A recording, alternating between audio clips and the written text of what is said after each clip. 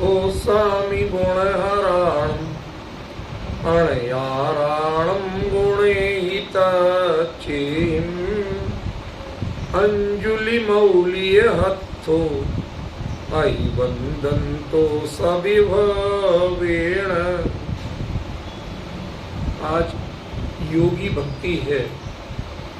पहले योगी शब्द का अर्थ समझ लें, किसको यहाँ योगी कहा। जो संलेखना के निर्यापक आचार्य होते हैं या जो समाधि का उपदेश देते हैं, विधि सिखाते हैं, उनको योगी कहा। शब्द मूल नहीं समझेंगे तो बाकी चर्चा का कोई लाभ नहीं। तो उनके बारे में आचार्य देव क्या लिखते हैं। थोसामि, ये उसमें नहीं लिखा है, ये मंगलाचरण पढ़ रहा हूँ, फिर यही गाथा चलेगी। थोसामि स्तुति करता, गुणहराणम गुणों के धारी। ये आचार्य गुणधर का नाम नहीं है, गुणों के धारी, ठीक है ना। अणयाराणम जो अनगार है, मतलब जिनके घर नहीं। अब घर किसे कहती, जिनके नहीं होता है वो भी भावना तो भाते कि नहीं भाते, तो वो गृहस्थ ही है, वो सागार ही है। कई लोगों का पूरा जीवन झुग्गी में, किराए के मकान में निकल जाता है, उनका अपना घर हो ही नहीं पाता जीते जी। नहीं है ऐसी स्थिति, पूर्ण का उदय नहीं है, तो क्या वो सागार नहीं है? भाई जहां रहते हैं उसको ही अपना घर मान के रहते हैं, चाहे किराए देते रहते हैं, चाहे कुछ भी करते हैं, समझ गया। और जिनके कुछ भी नहीं है, फुटपाथ छाप है, उनके मन में भाव तो है ही। घर माने पर से जुड़ने की भावना, समझ गए। जब गृहस्थी करेंगे तो ग्रह को ही घर कहा गया प्राकृत में। वो भी क्या कहा बेटा, जो ग्रह शब्द है ना, उस ग्रह शब्द को ही घर कहा गया, ठीक है। तो गृहस्थ माने घरस्थ। तो जब उसके गृहस्थी की भावना है, किसी से जुड़ने की भावना है, तो वो सभी सागार ही, चाहे उसके घर हो और चाहे उसके घर ना हो, चाहे उसके पैसा हो चाहे उसके पैसा ना हो, चाहे उसकी शादी हुई हो चाहे उसकी शादी नहीं हुई। मुद्दा ये सब नहीं है। मुद्दा क्या है, पर से जुड़ने की भावना है कि नहीं, पर को प्रभावित करना और पर से प्रभावित होना, ये कला उसे आती है कि नहीं, ये मानसिकता उसकी है कि नहीं। यदि ये मानसिकता है तो वो सब गृहस्थ हैं, वो सब घर वाले हैं, वो सभी सागार। यहां किसकी बात कही, अणगाराणम। मुनिराज जो होते हैं वो अनगार होते, अनगार होते, अनगार, अणगार,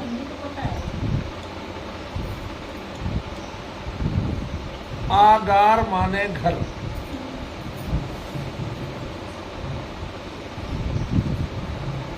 अण माने नहीं, ठीक है। सा माने सह, तो सागार होगी, ठीक है। ग्रंथ है दो, अमृतचंद्र आचार्य के जो शिक्षा गुरु थे पंडित आशाधर जी, उनके लिखे हुए दो ग्रंथ हैं, एक सागार धर्मामृत और एक अनगार, ठीक है ना। तो उससे तो अपन पहचान सकते हैं ना। सुनो, मुद्दे की बात पे आए अपन। जिनके पर से जुड़ने का भाव है, जिन्हें पर की अपेक्षा है, जो पर से कहीं पर को प्रभावित करना चाहते हैं, वो पर से प्रभावित होना जानते हैं, वो सभी कौन है, वो सभी सागार है, वो सभी गृहस्थ हैं।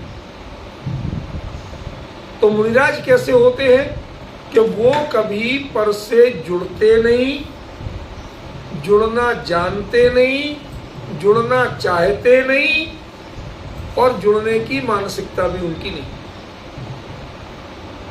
उन्हें जोड़ना भी चाहो तो वो जुड़ते नहीं। समझिए, आप जानवर पाल लो, कुत्ता पाल लो, सब पालतू हो जाएंगे, लेकिन कई जानवर ऐसे होते हैं जो पालतू नहीं कर सकते। क्यों? बंधन में रहने की उनकी आदत ही नहीं, संस्कार ही नहीं। समझ गए? वो अपनी जिंदगी अलग ढंग से जीते। तो मुनिराज जो है वो अपनी जिंदगी अलग ढंग से जीते। आप कहे वो अपेक्षा तो रखते हैं, आहार लेने आते हैं, ये बात मानता हूं। एक बात क्यों सी आहार लेने आते, लेकिन वो अपना प्रयोजन पूरा करने आते हैं, आपसे जुड़ने नहीं आते। इसलिए कल बताया भी था मैंने कि मुनिराज की जो आहारचर्या है उसे गोचरी वृत्ति कहते हैं।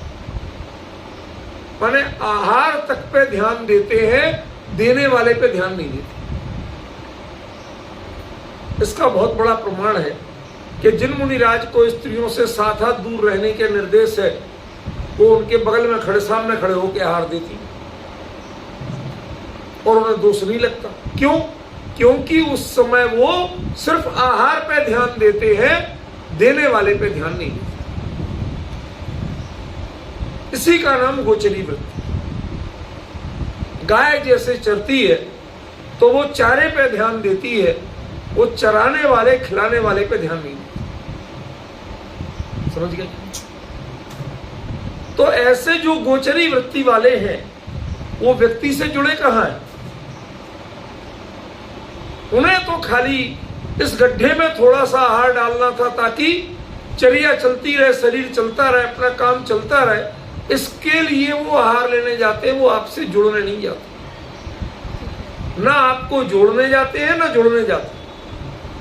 समझिए? और यहां चर्चा किसकी है? कौन सी भक्ति है?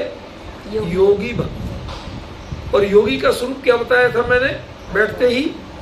कि जो समाधि की प्रशिक्षण देते हैं उनका नाम योगी।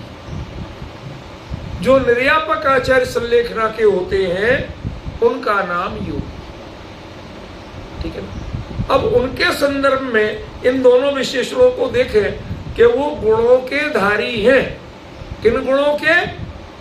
कि संलेखना का छपक कहीं मोहग्रस्त ना हो जाए, वो शारीरिक पीड़ा से व्यथित ना हो जाए, ऐसे गुणों के धारी। यहां बाकी आत्मिक गुणों की बात नहीं कर रहे भाई। आप जिस चीज के एक्सपर्ट हो, आपसे उसी की विशेषज्ञता तो मांगी जाएगी कि दूसरी मांगी जाए? क्यों? एक डॉक्टर से कहा जाए कि तुम वकालत की कितनी धाराएं जानते हो, फालतू का पागलपन। मेरे से इलाज कराने आया कि कोर्ट में केस लड़वाने आया? तो समझ गए, बहुत अंतर पड़ता है इसमें। तो यहां पर अभिप्राय क्या लेना? गुणों के धारी माने मुझे संलेखना लेना है, मैं एक मुनिराज हूं समझ लो, और मुझे संलेखना लेना है तो मैं एक योग्य निर्यापक आचार्य ढूंढता हूं। आपको पता नहीं होगा शायद, शास्त्रों में है 700 मील तक चल के वह योग्य आचार्य का अन्वेषण करते। क्यों? अरे जीवन का सबसे महत्वपूर्ण क्षण आने वाला है, उसमें यदि दूसरा मुझे स्थिरीकरण नहीं कर पाया और मैं कहीं फेल हो गया तो जीवन में दोबारा अवसर तो मिलना नहीं।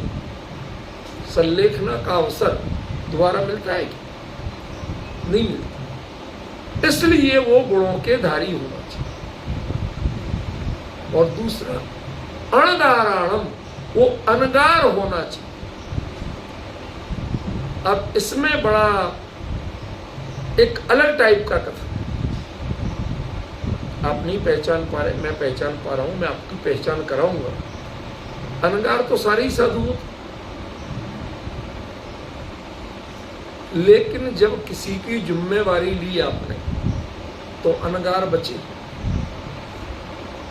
अभी बैठते ही क्या कहा था कि सागार और अनगार का अंतर क्या है कि जो पर से जुड़ना नहीं चाहते, पर की जिम्मेवारी नहीं लेना चाहते, और पर की जिम्मेवारी, पर को जिम्मेवारी देना भी नहीं चाहते। अब संलेखना के छपक की जिम्मेवारी ले,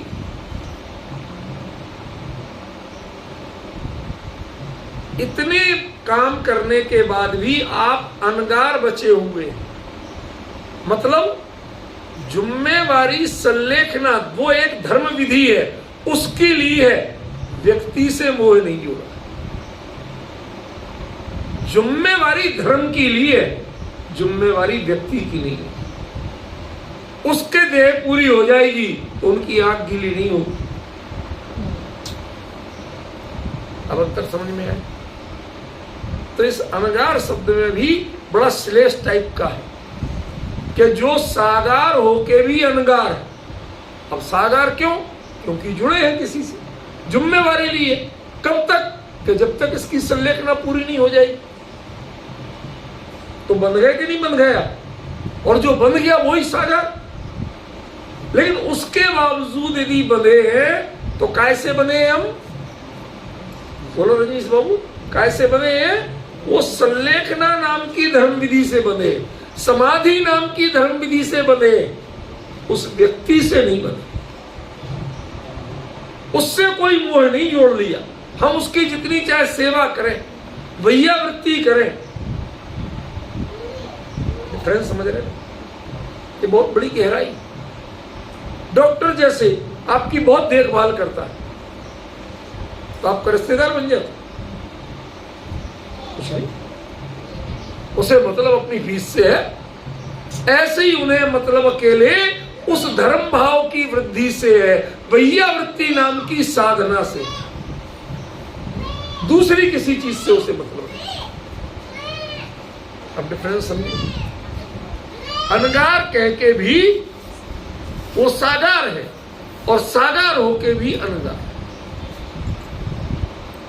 उस व्यक्ति की पूरी वैयावृत्ति, सारी सेवा, देखभाल, पूरी चिंता शास्त्रोक्त विधि से करते हैं, लेकिन चिंता शास्त्र की रखते हैं, व्यक्ति की नहीं रखते। इसलिए वो कौन बचे हुए हैं? अनगार। सागार होके भी अनगार। सागार क्यों है? व्यक्ति विशेष से जुड़े। अनगार क्यों है? तब भी जुड़ाव धर्म से रखा, उस व्यक्ति से नहीं रखा। डिफरेंस ख्याल में आ गया? ये विषय बहुत गंभीर है, इसीलिए बहुत शांति से इनकी चर्चा हो सकती है, डिस्टर्बेंस में इनकी चर्चा नहीं होती। समझ गया? देखो, गुणे ही तच्चे ही, एक गुणों से होना चाहिए और एक तत्व से होना चाहिए। गुण ये योग्यतावाची और तत्व भाववाची। संलेखना दिलाने के हर गुण उनके पास हैं।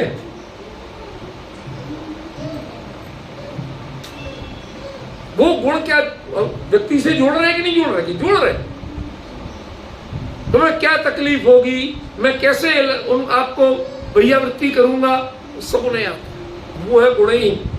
और तच्चे हैं, उसके बाद भी अनगार बना रहूंगा। मुझे संलेखना से ही संबंध है, मेरे रिश्ता है, मेरा रिश्ता तेरे से नहीं। समझ गए? गुणे ही तच्चे ही, दो चीजें अलग अलग कही। ठीक है? अंजुलि मौली हत्थो, ऐसे निर्यापक आचार्य योगी मिले तो उनको अंजुलि जो ये है इसको मुकुलित करके, मुकुलित करना माने जोड़ना नहीं होता है अकेला। जैसे कमल होता है ना, कमल, तो कमल खिलना और कमल बंद होता। शाम को सूर्य ढकते छिपते ही कमल बंद हो जाता है, मुकुलित हो जाता है, और सुबह सूर्य की किरण पड़ते ही प्रफुल्लित हो जाता है। अंतर समझ गए? शब्दों का खेल समझ में आ रहा है? ठीक है ना? तो अंजुलि को ये हाथ अलग अलग है, उंगलियां अलग अलग हैं, लेकिन उनको पूरा मुकुलित करके, जोड़ करके, ये कितनी उंगलियां हैं? तो आती है, मोटी बात एक ही मानी जाती है। ये जो 10 है ना, द्रव्येंद्रिय 5 और भावेंद्रिय 5, इन 10 को जोड़ लेना किससे? इसकी वैयावृत्ति करने में गुणों से जोड़ लेना, नॉलेज से, और अपने आप को संभालने में तत्व से जोड़ लेना कि तुम उससे विरक्त बने रहना, मोही मत बनो।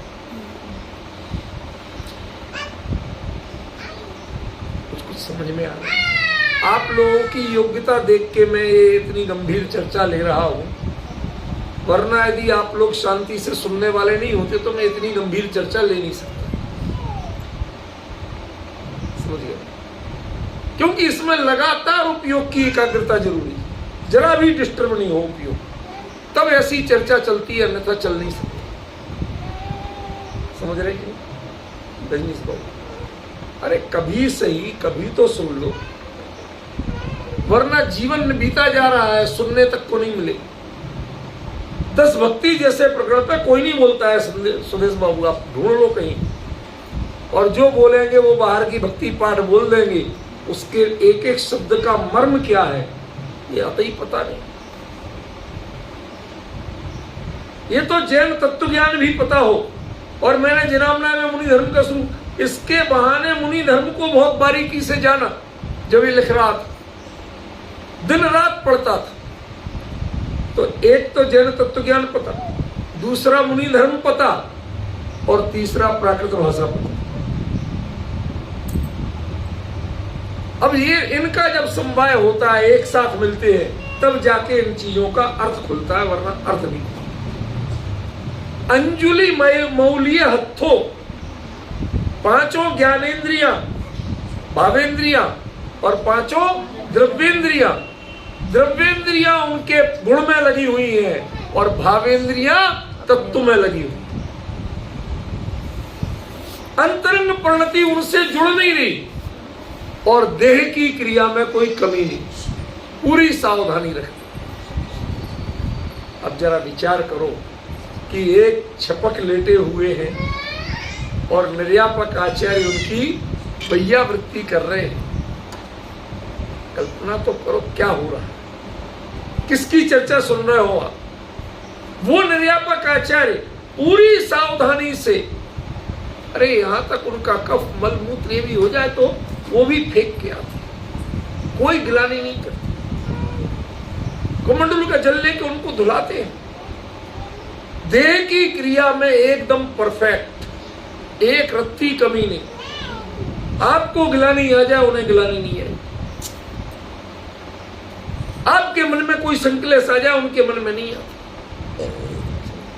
देह की क्रिया में इतने परफेक्ट, तो आपको लगता होगा कि भाई साहब इतनी सेवा तो कोई सगा ही करेगा, तो सगे किसी के लिए तत्व से जुड़े हुए।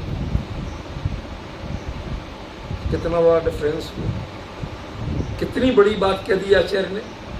ऐसे लोगों को 10 5 ये और 5 ये, 5 भावेंद्रिय और 5 द्रव्येंद्रिय। द्रव्येंद्रिय को गुणों से जोड़ो, वैयावृत्ति कैसे की जाती इससे जोड़ो, और भावेंद्रिय को तत्व से, कि तुम्हें इसके बावजूद तुम इतने समर्पित दिख रहे हो।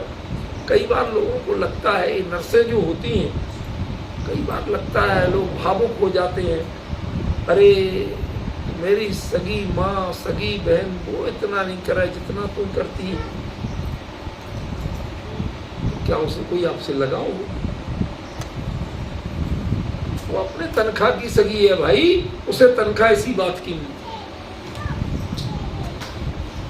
जैसे दुनिया का नर्सिंग का दृष्टांत है, वो सब कुछ करती है, आपके सगे से भी बढ़िया करती है, लेकिन उसके बावजूद जुड़ती नहीं है आपसे। वो गुणों से परफेक्ट है, और तत्व से विरक्त। हमारे सुदेश बाबू तो ऐसे लोगों के चक्कर में रोज ही रहते, अस्पताल में रोज ही देखते। उनको अंजुलि मैली हथो अहिवंतो सब, मैं उनका अभिवंदन करता हूं। अभिवंदन किसे कहते हैं? वंदन दूर से हो सकता है, अभिवंदन सामने जाके ही हो। अब वो बगल में जाने की बात नहीं है, उनके अभिमुख होने की बात है। हमारे भावों में वो विराजमान है, उनको मैं वंदन करता हूं। कैसे? सा विहवेण, पूरे वैभव से। हीरे मोती लाते, ये तो कौन सा वैभव चाहिए? मेरे भावों में जो, ये तो भक्ति है ना भाई, योगी तो भक्ति है ना, ये तो 10 भक्तियां चल रही। तो मेरे भावों में जितना भक्ति रूपी वैभव है वो पूरा का पूरा लगा। क्यों? क्योंकि ऐसे रागी और ऐसे विरागी देखने को नहीं मिलते। रागी ऐसे के सगी मां भी नहीं करे, और विरागी ऐसे के एक रंच मात्र भी उनसे जुड़े नहीं, व्यक्ति का को नाम भी नहीं जानते। दायित्व तो ले लिया, कर रहे हैं, लेकिन इसके अलावा कहाँ के हो, हम लोग तो जरा 2 मिनट मिल जाए तो भैया कहाँ के रहने वाले, कहाँ रिश्तेदारी है, क्या करते हो, क्या काम काज है, सारी चीज एक रत्ती नहीं पूछते, परिचित होने की कोशिश नहीं करते। समझ गए? ये है उनका वैभव। हमारे यहाँ वैभव सोना चांदी, कुछ नहीं तो अष्टद्रव्य, ये सब नहीं है। मेरे भावों में जितनी भक्ति हो सकती है, पूरी की पूरी भक्ति समर्पित कर दी। ये अर्थ है सव्यवेण। अब अपन इस गाथा पे आते हैं जो आचार्य देव ने, ये तो मंगलाचरण था, ठीक है ना। अब मंगलाचरण के बाद आचार्य देव ने जो मूल गाथा लिखी है, जबकि गाथाएं बहुत लिखी, उसमें कुल मिला के लगभग 23 गाथा, 1 2 हम 23 में से एक गाथा ले, ठीक है ना। और ये गाथा है अपने 22वें नंबर की, ताकि आपको ध्यान रहे। 21 गाथा छोड़ रहे, क्योंकि ये जितना समय अपने पास है और एक ही दिन है, तो उसमें हम सारभूत ले सकते हैं।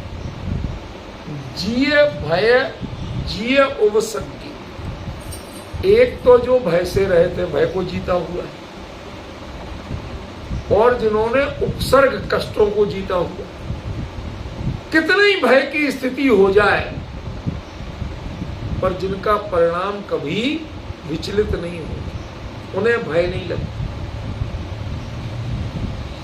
हमारे लिए कोई बीमार हो जाए तो सबसे अरे कहीं निपट नहीं जाए, कुछ ऐसा नहीं, हमारे तो व्रत में ऐसा नहीं हो जाए, इस तरह की आशंकाएं होती कि नहीं होती। लेकिन जिनके मन में कोई भय नहीं, कोई आशंका नहीं, तो उपसर्ग कौन करेगा? अरे ये उपसर्ग नहीं है तो क्या है कि आपको बैठे बैठे अचानक उल्टी आ गई और उनके ऊपर हो गई? नहीं हो सकती। अचानक पेट में विकार हो गया, दस्त हो गया, को वो उठा ही रहे थे आपको, क्या नहीं होगा? उपसर्ग कोई कषाय से ही नहीं किए जाते, उपसर्ग परिस्थिति वश भी होते। समझ गए ना? कषाय से ही सारे उपसर्ग नहीं होते। आपने अकेले कमर बमट के उपसर्ग सुने हैं तो आपको ऐसा लगता तीव्र कषाय से हो रहे। अरे परिस्थिति कर्म संयोग से भी बहुत से उपसर्ग होते हैं। आप घिर जाते हैं कहीं तो कोई आपका दुश्मन लगा है जो उसने तेज बाढ़ ला दी है, तेज बारिश कर दी है, तेज लू चल गई है, अचानक अंधेरा हो गया है, लाइट चली। ये जो विपरीतताएं हैं ये कर्म संयोग से भी तो होती हैं कि कसाय से होती हैं अकेली।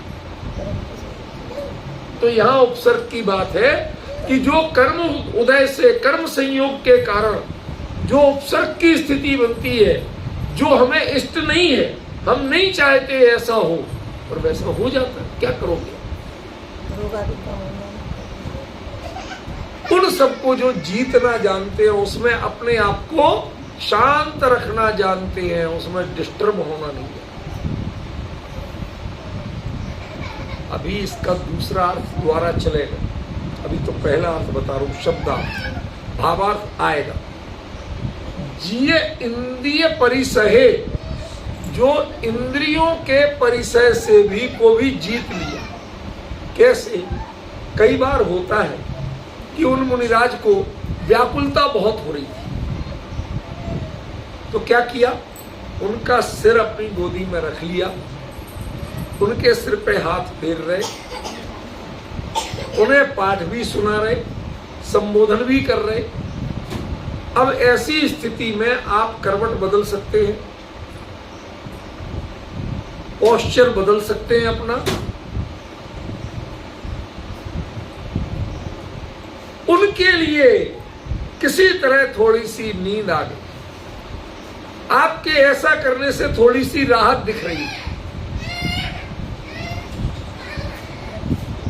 बात समझ रहे कि ऐसा उन्होंने किया, और उनके करने से आपको क्या हुआ? ऊन रुक गया। हो सकती कि नहीं हो सकती? कई बार बच्चों को हम सुलाते हैं, सो जाते हैं बच्चे, लेकिन अब कब तक लिए रहे? होता कि नहीं होता? उसको यहां पर क्या कहा? इंद्रिय परिसय। इसलिए दो चीजें नहीं है, जितेंद्रिय और जित परिसय। ऐसा भी कह सकते हैं कि जिन्होंने इंद्रियों को भी जीता है और परिसय को भी जीता है। लेकिन ध्यान रखिए, उपसर्गे, इसमें भी वही विभक्ति है और इसमें भी वही विभक्ति है, ए अंत में। इसलिए दो अलग नहीं है, दो होते तो बहुवचन आ जाता। ख्याल में?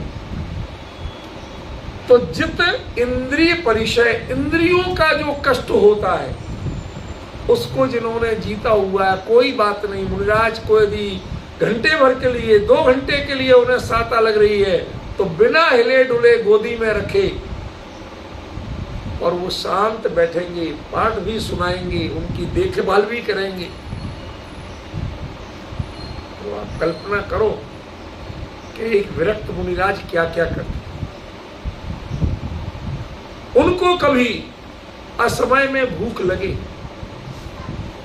और वो भोजन मांगे, ये सब भगवती आराधना में दिया भैया, ये कोई गप्पे नहीं। उनको वो भोजन मांगे, मुझे तो तेज भूख लगी, तो वो मुनिराज जो छपक है, वो निर्यापक है, वो लोगों के यहाँ जाते हैं, उनसे कहते हैं कुछ आहार बना के दे दो, हम ले जाएंगे, तुम मत आना। लाके उन्हें दिखाते, खिलाते नहीं। कहते हे जीव, अनादिकाल से तूने कितनी बार खाया, और ये खाके तेरी भूख क्या सदाकाल के लिए मिट जाएगी? तूने इतने उच्च पद लिया है, इतनी बड़ी साधना पूरे जीवन की है, उस साधना को क्या मटिया मेट करना चाहता है? नरकों में तुमने इस जीव ने कब सागरों पर्यंत भूख सही नहीं सही? 3 लोग को ना जू खाए, मिटे ना भूख, कणा ना लहाए। तब क्या हुआ? तब भी तो जीवित रहे ना, और सागरों जीवित रहे। दुख बहु सागर न हो सके। दुखी रहे लेकिन जीवित तो रहे ना। समझा के आहार भी नहीं देते हैं, लेकिन उनके मन में कषाय नहीं बढ़ने देते। देखो हम तुम्हारे लिए लेके आए, अब तुम तय करो तुम्हें क्या चाहिए, साधना चाहिए या पूरे जीवन की साधना को तिलांजलि देना? तिलांजलि देना समझते हो तुम बच्चे? तोड़ देना, उसको तोड़ देना। तिलांजलि देना समझते हैं? कितने लोग समझते हैं तीनों में से? खत्म करना, नहीं, संपूर्ण विसर्जन करना उसका। असल में बताओ मुद्दा क्या है? जब किसी को शमशान में दहन क्रिया करने के बाद में पीले काले तिल ऐसे फेंक के आते हैं कि भाई अब ना तेरा मेरा रिश्ता, मेरे पीछे आइए मत, अब मेरा तेरा कोई रिश्ता नहीं, कोई संबंध नहीं, नास्ति सर्वोपि संबंध। काले तिल फेंक, इसलिए तिलांजलि कहलाता। अंजलि में लिए दोनों हथेले में ऐसे सामने होके नहीं फेंक, चढ़ाते नहीं, ऐसे फेंकते हैं। और वो माना जाता है कि काले तिल जिस पे डाल दिए उसका आपका कोई रिश्ता नहीं। लोक रूढ़ी। तो उन्होंने शब्द क्या प्रयोग किया? तिलांजलि। शमशान घाट पे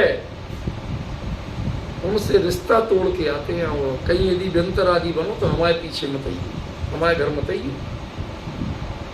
नहीं, आपको वास्तविकता बता रहा हूं। ये शमशान के पंडित से पूछा ना, नहीं तो वो बता देगा। ऐसे मत देख, सच्ची बात बता रहा हूं।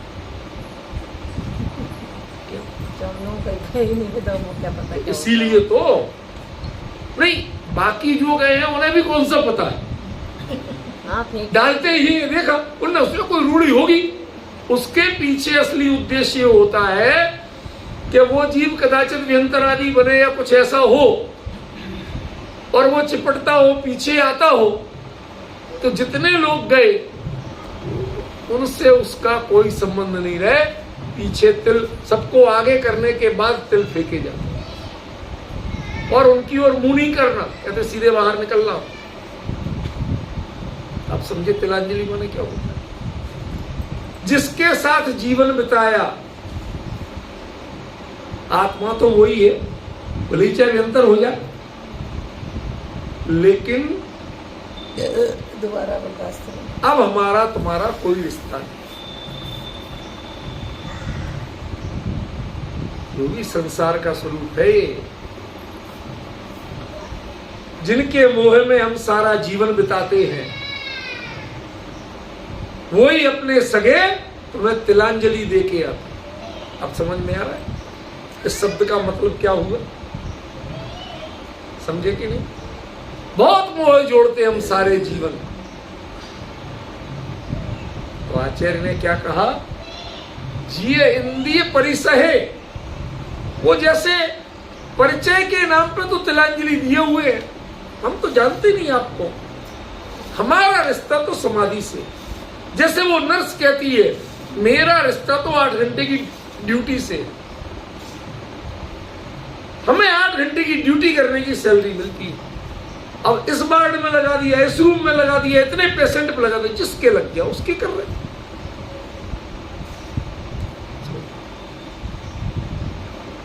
वो उस इंद्रिय परिचय से विरक्त होती है, दूर होती है, जीती हुई होती है। आपको घबराहट लगे कि किसी के मल मूत्र से, कफ से, उसे नहीं लगती, वो नहीं करती, किसी का भी करती है। ये है इंद्रिय परिचय को जी, समझे? जिये कषाय, और उसके प्रति किसी भी प्रकार की मन में प्रतिक्रिया नहीं होना।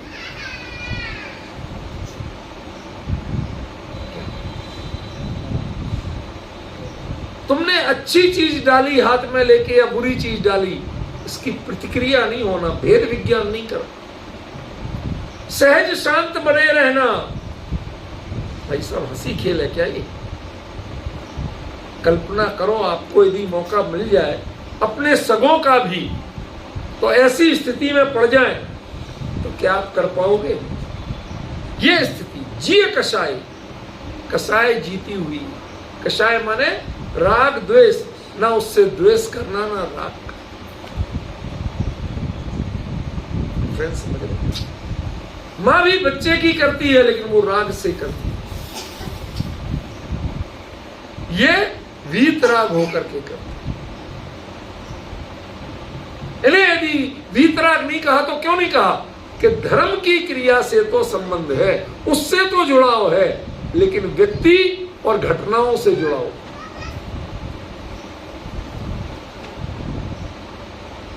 जान लो आसानी से ऐसी चर्चाएं नहीं मिलेंगी।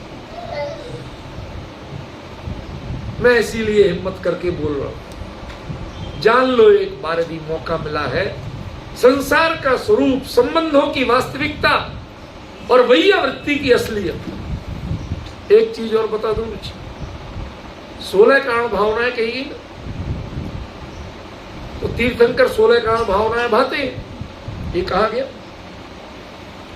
तो पूछा वीरसेन स्वामी से कि क्या वो 16 की 16 भाते रहते हैं दर्शन विशुद्धि से लास्ट तक, वात्सल्य तक सारी एक साथ? कहते नहीं। उन्होंने वीरसेन स्वामी ने उत्तर दिया, एक वैयावृत्त करण भावना में शेष 15 भावनाएं गर्भित हैं।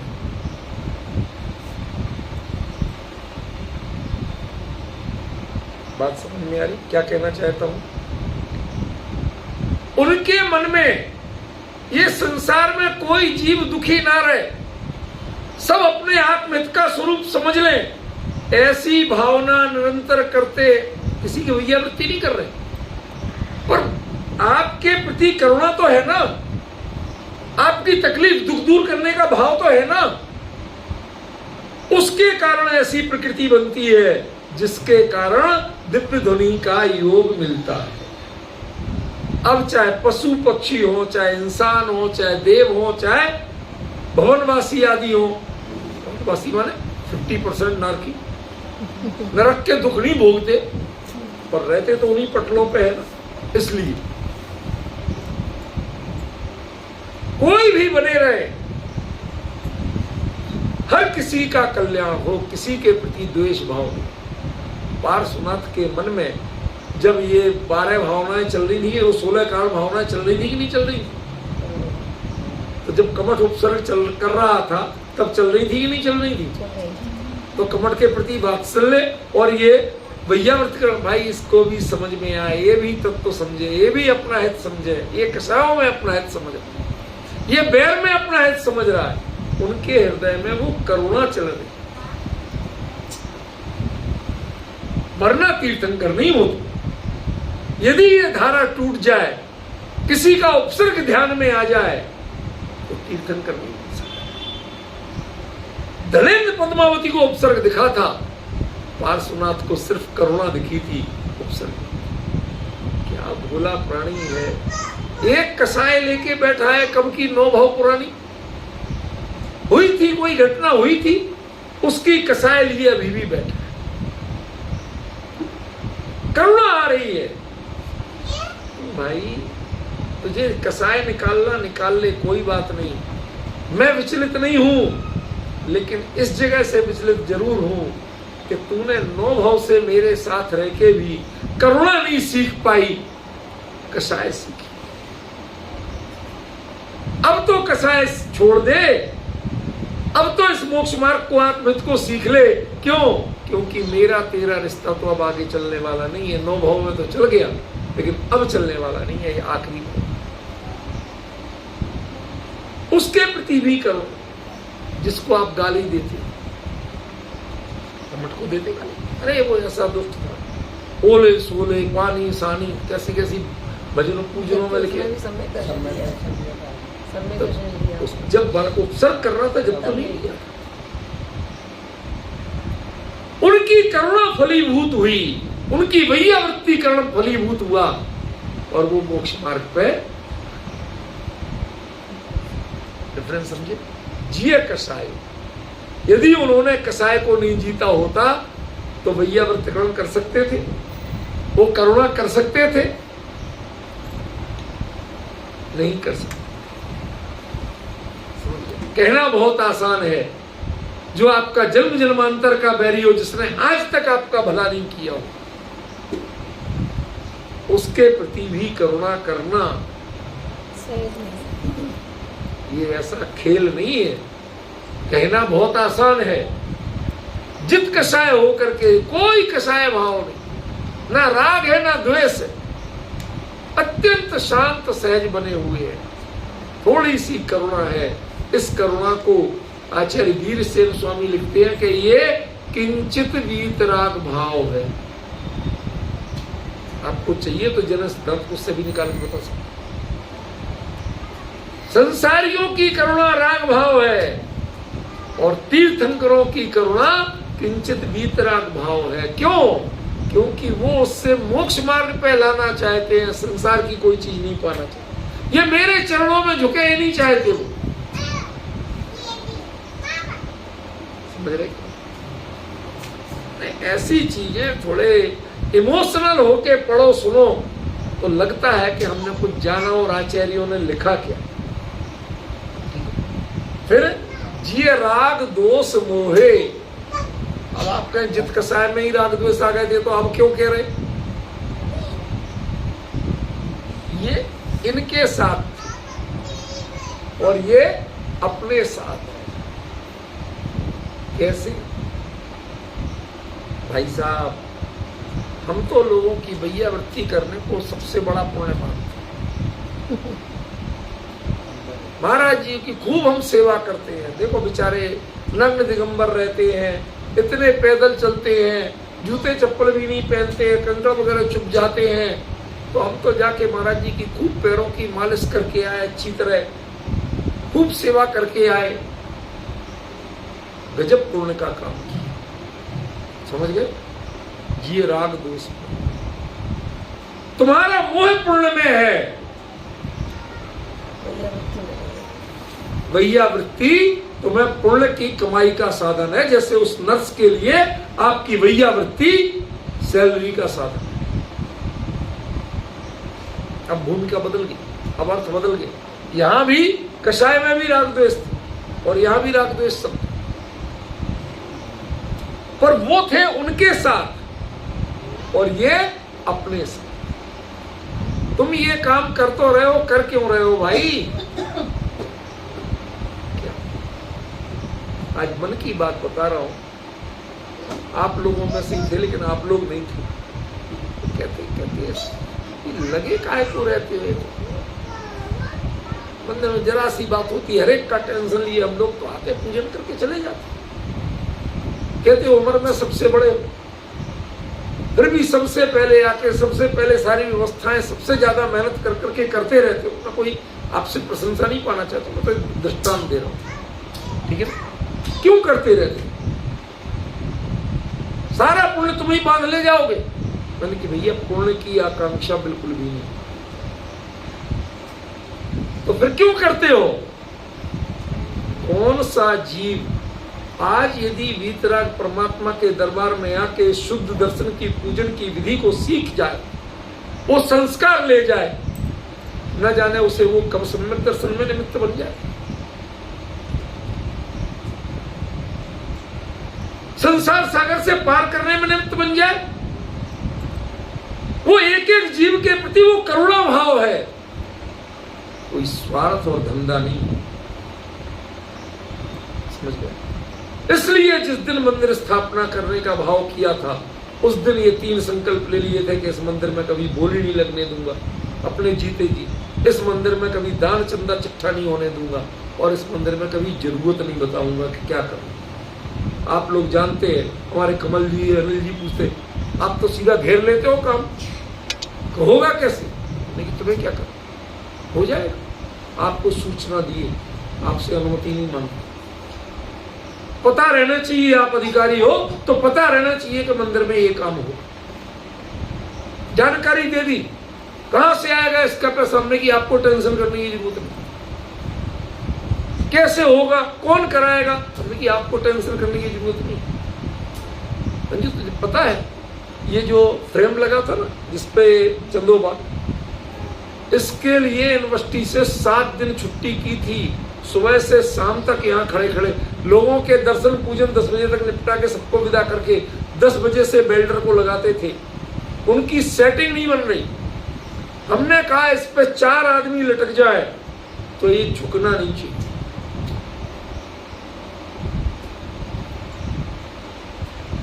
अब आर पार कैसे दोनों साइड से? वो कहता मुझे पता नहीं है, आपको कैसे आता है? मैंने कहा भैया यहां से जुड़ा हूं, सो बुद्धि काम कर रही है।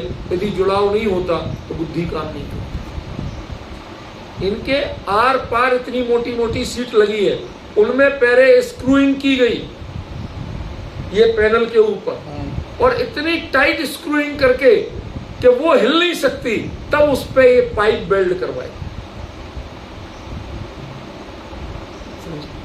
पूरे 7 दिन यहां खड़ा रहा था। गर्मी के दिन थे, कई बार पानी के लिए कोई देने आ नहीं रहा, यहां छोड़ के जा नहीं सकते। वो लेबर है, उनका भरोसा नहीं, समझ गया। हर चीज देखना, वो तो गुटखा खा के कुछ भी करके घुस जाए, मंदिर की पवित्रता भंग हो जाए, डर डर के यहां खड़ा रहता था। पूरे टाइम देखना, तुम्हें कुछ चाहिए मैं ला के दूंगा, लेकिन डिस्टर्ब मत कर। उससे क्या मिलता है? ऐसे ही जब पेंट होता है, जो कुछ भी होता है, अरे क्या मिलता है आप समझ नहीं सकती। जो व्यापार करते हैं वो सत्कार को नहीं समझते। ये जिन मंदिर में जो सेवा है, जो वैयावृत्ति है, वो अपने आप में लोक का सर्वोत्तम सत्कार है। 3 लोक के नाथ की सेवा करने का, सत्कार करने का अवसर किसको मिलता है? संसारियों की सेवा बहुत कर लेते हैं, रिश्तेदारों की बहुत कर लेते हैं, माता पिता की बहुत कर लेते हैं, लेकिन इनकी सेवा करने का मौका आसानी से नहीं मिलता। उसे 20 साल से ऊपर आज हो गए, बल्कि मूल घटनाओं को तो आप जानती है, 22-23 साल हो गए। लगे तो लगे हैं, ये विकल्प नहीं आया आज तक कि क्यों कर रहे, इसका उत्तर मैं देने में समर्थ हूं। क्योंकि आपकी जो अपेक्षाएं हैं, आपकी जो जिज्ञासा है, वैसा कुछ है ही नहीं। ना धन के लिए कर रहे, ना पुण्य के लिए कर रहे। एक छोटी सी भावना है कि चलो इससे कुछ लोग तो आके सुधरेंगे, सीखेंगे, किसी को तो भाव सुधरेंगे, न जाने कब किसको सम्यक दर्शन में निमित्त बन जाए। इतनी भावना। हमें कोई ना पुण्य चाहिए, ना कोई स्वार्थ चाहिए, लगभग यही बात है। अब उसमें हम राग बताएं तो किसका बताएं, द्वेष बताएं तो किससे बताएं, और मोह बताएं तो किससे बताएं। पर हम के मानते हैं कि हम पूरी तरह से विरक्त नहीं हैं, और वो मुनिराज जो निर्यापक बनते हैं वो पूरी तरह से विरक्त हैं। इसलिए हम जैसे लोगों पर भले ही छोटी मोटी समानता होती हो, लेकिन ये चीज लागू नहीं पड़ती है। ये चीज लागू उन पर ही पड़ती है। आप सोचो, जिससे लगाव नहीं हो, मोह नहीं हो, उसकी इतनी सेवा की जा सकती है क्या?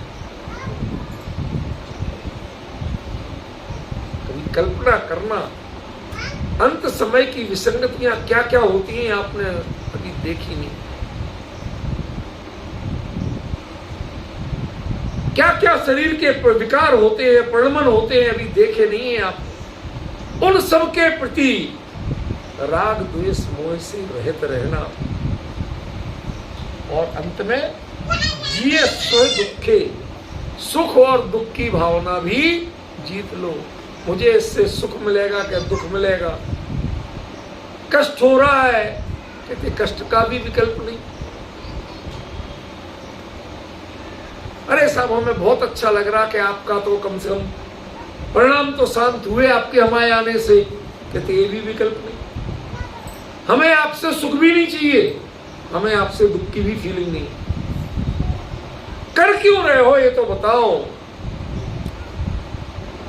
कि हमें अच्छा लग रहा है, ये मेरी प्रकृति है। आपने वो दृष्टांत सुना होगा कि गंगा नदी में एक बिच्छू बह रहा था। एक साधु ने उसे उठाया, उसने फट से डंक मार दिया, और डंक मारा और तिल मिलाया तो फिर गिर गया। अब वो बार बार उठाया, वो बार बार डंक मार। किसी ने पूछा, जब ये दुष्ट नहीं सुधरता है तो काहे को उठाते हो इसे? मत उठाओ जब सुधरता ही नहीं है तो। कहते वो नहीं सुधरता है तो मैं कैसे बिगड़ जाऊं? उसने अपना संस्कार नहीं छोड़ा दुष्टता का, तो मैं साधुता का संस्कार कैसे छोड़ूं? अंदर समझ में आया बेटा? ये क्या आचार्यों की, वो महापुरुषों की क्या भावों की गहराइयां होती हैं, हम लोग सोच नहीं। अंत में क्या कहा? रमन स्वामी, ऐसे भावों को मैं नमस्कार करता हूं कि जो योगी की भावना रखते हैं। जीवों की ऐसी स्थिति हो फिर भी उनके, एक मुनिराज ने ग्रंथ क्यों लिखे? कुंदाचार्य ने 84 पौड़ लिखे कि नहीं लिखे? लिखे, क्यों लिखे? रिकॉर्ड बनाना था कि सबसे ज्यादा मैंने लिखे थे, किसी ने नहीं लिखे। ये तो करना नहीं, तो क्यों लिखे?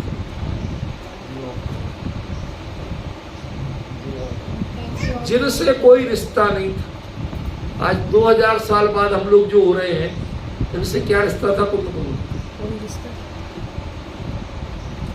अरे उस समय तो परिचय भी नहीं था। कौन पढ़ेंगे, कौन सीखेंगे, कौन सुधरेंगे? ये रिश्ते, जब कौन का उत्तर मिल जाए तो मोह शुरू हो जाता। किसके लिए लिख रहे तो मोह शुरू हो जाता। वो जंगल में बैठ के कांटों से लिख रहे। आपने नहीं देखा होगा, आपने फील नहीं किया। मुझे एक बार इसकी सनक चढ़ी, आपकी भाषा में सनक आई। ताड़ पत्र पर लिखना सीख। तो वहां मूल बिद्री में रहते रहते वो पंडित देव कुमार शास्त्री जी थे, तो बेचारे दिवंगत हो गए, उनको 6-7 साल हो गए। उस समय थे, उन्होंने हमें सिखाया सब। तो मैंने उनसे कहा, पंडित जी मुझे ताड़ पत्र चाहिए कोरे, जिन पे लिखा नहीं गया। तो ताड़ के पत्ते तो यहाँ बहुत मिल जाएंगे, लेकिन ताड़ पत्र नहीं मिलेंगे। कुछ अटपटा नहीं लगा मैंने क्या बोला? कि ताड़ के पत्ते तो बहुत मिल जाएंगे, पर ताड़ पत्र माने जिन पर ग्रंथ लिखा जा सके। ताड़ के पत्तों को, वो तो ऐसे जुड़ा हुआ होता है पूरा, उनको लेके पहली तो शर्त होती है। मैं मूल बिदरी रहा, उदयवाणी नाम का एक कन्नड़ समाचार पत्र आता था। धीरे धीरे सीख गया था कन्नड़ पढ़ना, तो मैं रोज आध घंटे वो अखबार भी पढ़ता था, झूठ नहीं कहूंगा आपसे। तो एक दिन देखा तो उसमें एक ताड़ के पेड़ का फोटो छपा था कि इस ताड़ के पेड़ में फूल आया, फोटो छपा। मैंने कहा उनको, पंडित जी के सामने बोलता, यहाँ के लोगों के पास कोई न्यूज नहीं है क्या? किसी पेड़ में फूल आया, उसी की फोटो छाप दी। कहते तुम जानते नहीं, कम से कम 95 से 100 साल के बाद फूल आता ताड़ के पेड़ पर। और जब फूल आ जाए तो उससे पहचान होती है कि इस पेड़ का पत्ता अब ग्रंथ लिखने लायक हो। जब तक फूल नहीं आए तब तक उस पत्ते पे ग्रंथ नहीं लिख सकते। फिर वो पत्ता यदि टूट के गिर जाए तो वो अपने आप खिल जाता है, उस पर ग्रंथ नहीं लिख सकते। और यदि कच्चा रह जाए तो दरारें आ जाएंगी तो ग्रंथ।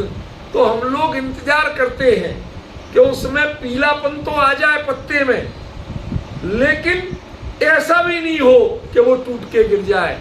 फिर उस पेड़ पे चढ़ना, उसे डंठल से सावधानी से काटना, सकुशल पूरा, फेंकते नहीं है नहीं तो टूट जाएगा। पूरा नीचे लाना, नीचे लाके उसको ऐसे बंद करते हैं, सारी जैसे उंगलियां मिला देते ना ऐसे। और उसको बंद करने के बाद उसको फिर काटते हैं दोनों साइड से, बीच की स्टैंडर्ड साइज रखते हैं और उसको फिर बांध देते हैं नीचे ऊपर लकड़ी की पट्टी बना लगा के। तो वो पता चला इतना मोटा बना, एक पत्ते के यदि 25 पत्ते हैं उसमें तो इतना मोटा बना। फिर बाद में उसको 15 दिन तक टाइट बांध के रखेंगे तो पता चला वो रस्सी थोड़ी ढीली हो, सूखा ना वो। और ऐसे करते करते 6 महीने में वो इस साइज में आ जाता। इतना मोटा था वो इस साइज में आ जाता। कहते उन पे लिखा जाता है ग्रंथ, इतने मोटे वाले पे नहीं लिखा जाता। आपको जानकारी के लिए बता रहा हूं। मेरी विनती पर उन पंडित जी ने कहीं से ताड़पत्र की व्यवस्था कर दी। अब मुझे लिखना सीखना था। उन लोगों को उपकरण अलग होते, वो पंडित जी कहते मेरे पास एक था, कोई ले गया, मेरे पास तो है नहीं, बाजार में मिलते नहीं। तो मैंने कहा मैं तो जुगाड़ करूंगा। तो उन दोनों रेनॉल्ड के पेन आते थे, 5 रुपए का एक पेन। तो मेरे पास एक पेन का सिक्का खत्म हो गया, सिक्का तो समझते हो ना, रिफिल खत्म हो गई। तो हमने रिफिल फेंक दी। अब मैं बाजार में ढूंढ रहा पूरे में, अब टूटी फूटी हिंदी और टूटी फूटी कन्नड़, भाई परफेक्ट तो कन्नड़ भाषी हो नहीं गया था। मैं ढूंढता रहा, बड़ी मुश्किल से एक बोरे सिलने का सूरा मिला जो हमारे काम आ सकता। अब वो सुआ की जो आगे की नोक थी ना, वो थोड़ी मोटी थी। तो रेनॉल्ड के पेन का जो रिफिल का सिक्का का जो छेद होता है उसमें जा नहीं रही थी। फिर मैंने दिन में बैठ के उसको घिस के पानी डाल डाल के पत्थर पे घिस के किसी तरह नुकीला बनाया और पतला बनाया। फिर रेनॉल्ड के पेन, उससे लिख नहीं सकते, वो बहुत पतला होता है आगे, हमें तो ग्रिप चाहिए। तो रेनॉल्ड के पेन में घुसाया उसके कमर में और कसा, तो वो पता चला कि बड़ा है, वो ढक्कन बंद नहीं होगा। तो फिर किसी के पास जाके, लोहार के पास जाके उतना नपा तोला कटवाया, लूज हो जाए तो अंदर घुस जाएगा वो, और लंबा है तो ढक्कन बंद नहीं होगा, तो काम नहीं होगा। बड़ी मुश्किल से वो उपकरण बना जिससे लिख सकते। रजनी मैं बता नहीं सकता, इतना तन्मय हुआ। मैं 2 घंटे तक हाथ संभाल के लिखता रहा, एक लाइन लिख पाई कुल। दुख है, इसमें स्याही कैसे भर गई। पता चला कि वो उंगली जोर से दबाए रहे ना, तो ये नाखून उखड़ गया था, वो खुल गया। ये कोई आसान नहीं है लिखना, मैं तो इतना बता रहा था। और हमारे आचार्यों ने 84 पाहुड़ आपके लिए लिखे, उनके काम की नहीं थी, उन्हीं पत्तों। समझ रहे आप? 84 पाहुड़, कितनी करुणा रही होगी आपके प्रति। आप ये तब तो समझ जाएं, बस आपसे रिश्ता नहीं जोड़ना, आपसे हार नहीं लेना था, आपसे चरण वंदना भी नहीं करवाना था। इतनी निष्प्रहता। तो उनको कहते हैं ऐसे योगियों को नमस्कामी। नमस्कार किसको कहते हैं? मन वचन काय तीनों की एकता से जो होता है उसको नमस्कार कहते हैं।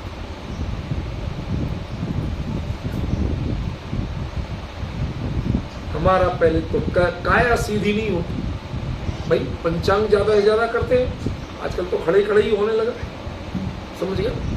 वो घुटना प्रणाम चलने लगा आजकल, पैर तो कोई छूते ही नहीं, घुटना भी नहीं झुकता, हाथ झुकता है बस।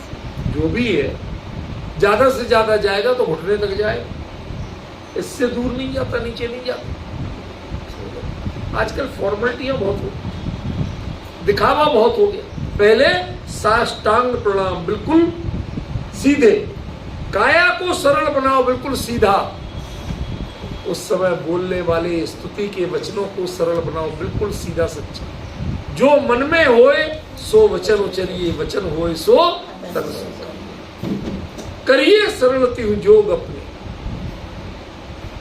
समझ रहे? उसको कहते हैं नमस्कार।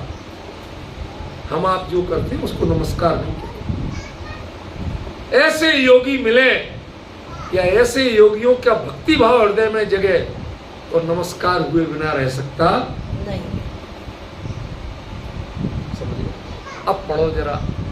जिय भय जिय ओव सके, जिय इंद्रिय परिसहे, जिय कसाये, जिय राग दोष मोहे, जिय सुर दुखे नमन सामी।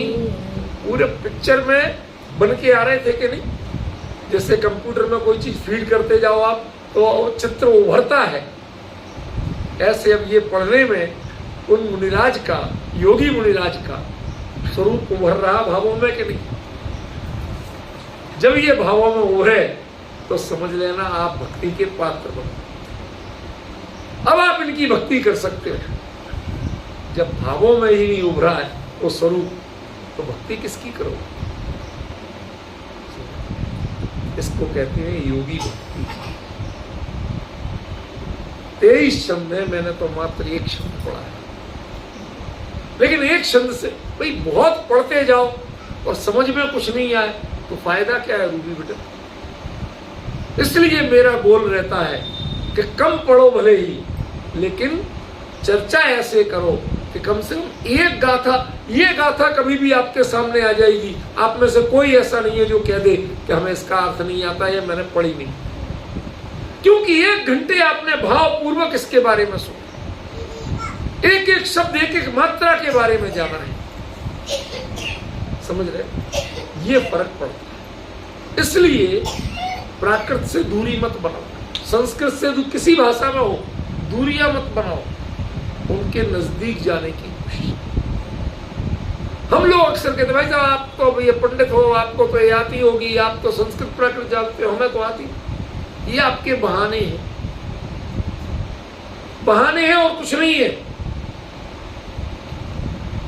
जिसको अंग्रेजी नहीं आती वो भी कंप्यूटर जानता है, वो भी ट्रेन जानता है, वो भी स्टेशन जानता है, वो भी सिग्नल जानता है, सीट जानता है। क्या नहीं जानता मुझे बताओ? और बिल्कुल अनपढ़ है, टूटी फूटी हिंदी के अलावा कुछ नहीं आता। कंप्यूटर से टिकट बुक कराई थी, 3 नंबर विंडो पे गए थे, 56 नंबर सीट मिली थी। अब बताओ ये सब जो शब्द है इंग्लिश के, ये आए कहां से? क्योंकि आपका प्रयोजन ट्रेन की यात्रा करना था।